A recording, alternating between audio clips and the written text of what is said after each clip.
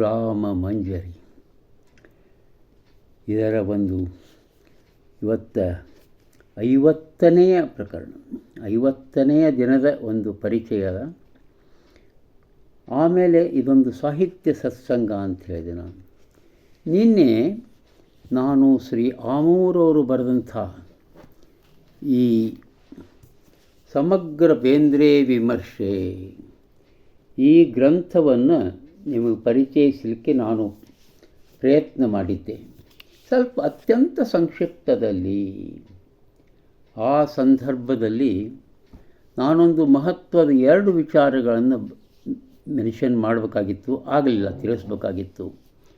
ಒಂದು, ಶ್ರೀ ಆಮೂರವರು ಈ ಗ್ರಂಥವನ್ನು ರಚಿಸಿದಾಗ ಅವರ ವಯಸ್ಸು 90 ಮೀರಿತ್ತು.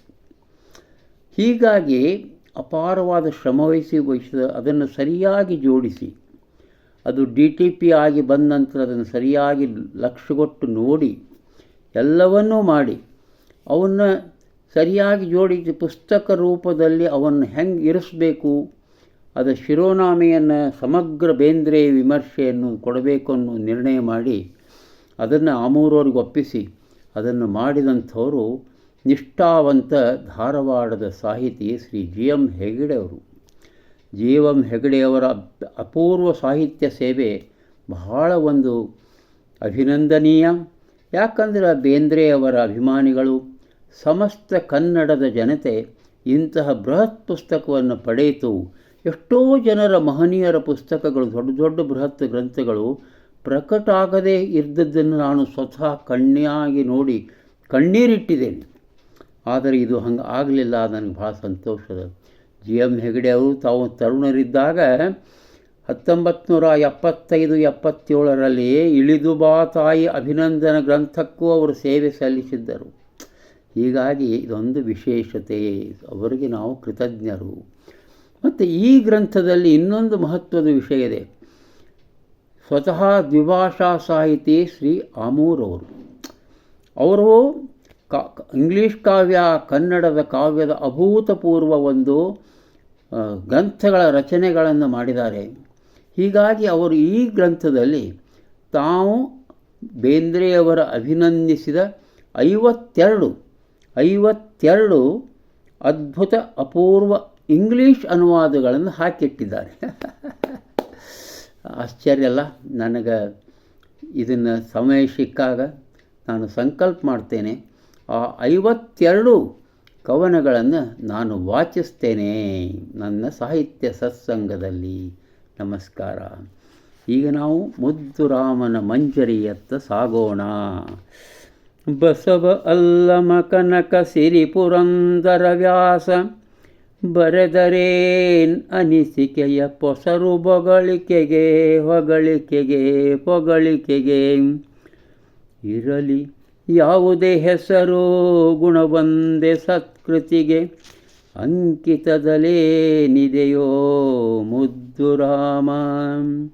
ಅಂಕಿತದಲ್ಲೇನಿದೆಯೋ ಮುದ್ದು ರಾಮ, ಗುಣವೊಂದೇ ಸತ್ಕೃತಿಗೆ. ಒಂದು ಒಳ್ಳೆಯ ಕೃತಿಗೆ ಅದರ ಗುಣ ಅಷ್ಟ ಸಾಕು ಅಂತ ಮುದ್ದು ರಾಮ. ನಾವು ಮುಂದಿನ ಚೌಪದಿಗೆ ಹೋಗುವ. ಏನಪ್ಪ ಅಂತಂದರೆ, ನಾನು ಆಯಿಸ್ಕೊಂಡ ಮುಂದಿನ ಚೌಪದಿ ತ್ಯಾಗರಾಜರು. ಇಡೀ ಒಂದು ಚೌಪದಿ ಅವರಿಗೆ ಅರ್ಪಣೆ ಆಗಿದೆ ಇಲ್ಲಿ ಮುದ್ದುರಾಮ ಶ್ರೀ ಶಿವಪ್ಪನವರಿಂದ. ತ್ಯಾಗರಾಜರ ಕೃತಿಯ ಭಕ್ತಿ ಪಾರಮ್ಯದಲ್ಲಿ ಪ್ರತ್ಯಕ್ಷ ಶ್ರೀರಾಮ ಸೀತಾ ಸಹಿತ. ಲಕ್ಷ್ಮಣ ಸುಲಕ್ಷ್ಮಣನು ಹನುಮ ಅರಿಮರ್ದನನು ರಾಮ ಮಂಗಳಧಾಮ ಮುದ್ದು ರಾಮ. ಅದ್ಭುತ ಅಲ್ಲ? ನಿಜವಾಗಲೂ ಅದ್ಭುತ. ತ್ಯಾಗರಾಜ ನೋಡ್ರಿ, 17-18ನೇ ಶತಮಾನದಲ್ಲಿದ್ದಂಥ ಮಹನೀಯರು, ಸಂತ ಕವಿ, 79 ವರ್ಷದವರು. ತೆಲುಗು ಭಾಷೆಯಲ್ಲಿ 100 ಕವನಗಳನ್ನು ರಚಿಸಿದ್ದಾರೆ. ವಿಶೇಷತಃ ಶ್ರೀರಾಮನನ್ನು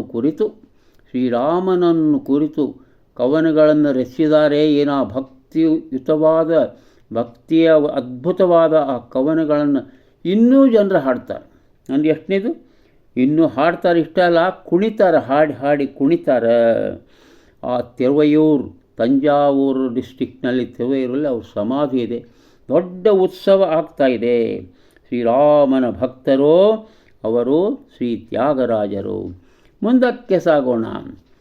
ಹೌದಪ್ಪನಾಗದಿರು ಕವಿ ಕಲಾವಿದನಾಗು. ಎಲ್ಲರ ಕಡೆ ಸುಮ್ಮನೆ ಡುಬ್ಬ ಚಪ್ಪಿಸ್ಕೋಬೇಡೋ. ಕವಿಯಾಗು, ಕಲಾವಿದನಾಗು, ಕವಿಯಾಗು, ಕಲಾವಿದನಾಗು. ಹೌದಪ್ಪನಾಗದಿರು ಕವಿ ಕಲಾವಿದನಾಗು. ತಿರುಮ ಕೂಡಲ ತಿಲಕ ಚೌಡಯ್ಯನಾಗು. ಚೌಡಯ್ಯ ನಮ್ಮ ಮಹಾನ್ ವಾಯಲಿನ್ ವಾದಕ ಚೌಡಯ್ಯ. ಬೇಂದ್ರೆ ಕಾರಂತ ಅಡಿಗರಂತಾಗಕ್ಷರಕ್ಕೆ ಪುಟ್ಟಪ್ಪ ನೀನಾಗು ಮುದ್ದು ರಾಮ. ಇನ್ನೊಮ್ಮೆ ಓದಿಬಿಡ್ತೇನೆ, ಚೆಂದಾಗಿ ಅರ್ಥ ಆಗ್ತದೆ. ಹೌದಪ್ಪನಾಗದಿರು, ಬರೀ ಬೆನ್ನು ಚಪ್ಪಿಸ್ಕೋಬೇಡ. ಕವಿ ಕಲಾವಿದನಾಗು. ತಿರುಮ ಕೂಡಲ ತಿಲಕ ಚೌಡಯ್ಯನಾಗು. ಬೇಂದ್ರೆ ಕಾರಂತ ಅಡಿಗರಂತಾಗಕ್ಷರಕ್ಕೆ ಪುಟ್ಟಪ್ಪ ನೀನಾಗು ಮುದ್ದು ರಮ. ಇನ್ನು ಮಾತಾಡೋ ಬಗ್ಗೆ ಒಂದು ಅಪರೂಪವಾದಂಥ ಚೌಪಡಿ. ಮಾತಾಡಲಿಕ್ಕೆ ಎಲ್ಲರಿಗೂ ಬರ್ತದೆ. ಎಲ್ಲರಿಗೂ ಮಾತಾಡೋದು ಅಗದಿ ಹಗರು ಅಷ್ಟು ಹಗರು. ಮತ್ತು ಮನುಷ್ಯ ಮತ್ತೇನು ಮಾಡಲಾರ ಅಂಬುವಂಥ ಒಂದು ಮಾತಿದೆ. ಅಷ್ಟು ಸುಮ್ಮನೆ ಕ್ಷುಲ್ಲಕ ಮಾತಾಡ್ತಾ ಇರೋದು. ಅದು ಮಾಡಬೇಡ ಅಂತ ನಾವು. ಒಂದನಾಡಲು ಹೋಗಿ ಒಂಬತ್ತನಾಡದಿರು, ಕಿವಿಯೂದದಿರು ಮರೆತು ಕುರಿತು ಅವರಿವರ. ಒಳಿತ ನುಡಿಯುವುದೇ ನಾಕ, ಕೇಡ ಬಗೆಯುವುದೇ ನರಕ. ಏನ್ರಿ ಇದು ಸಾಲು? ಹೂವಿನಂತಿರಲಿ ನುಡಿ ಮುದ್ದು ರಾಮ. ಅದ್ಭುತ.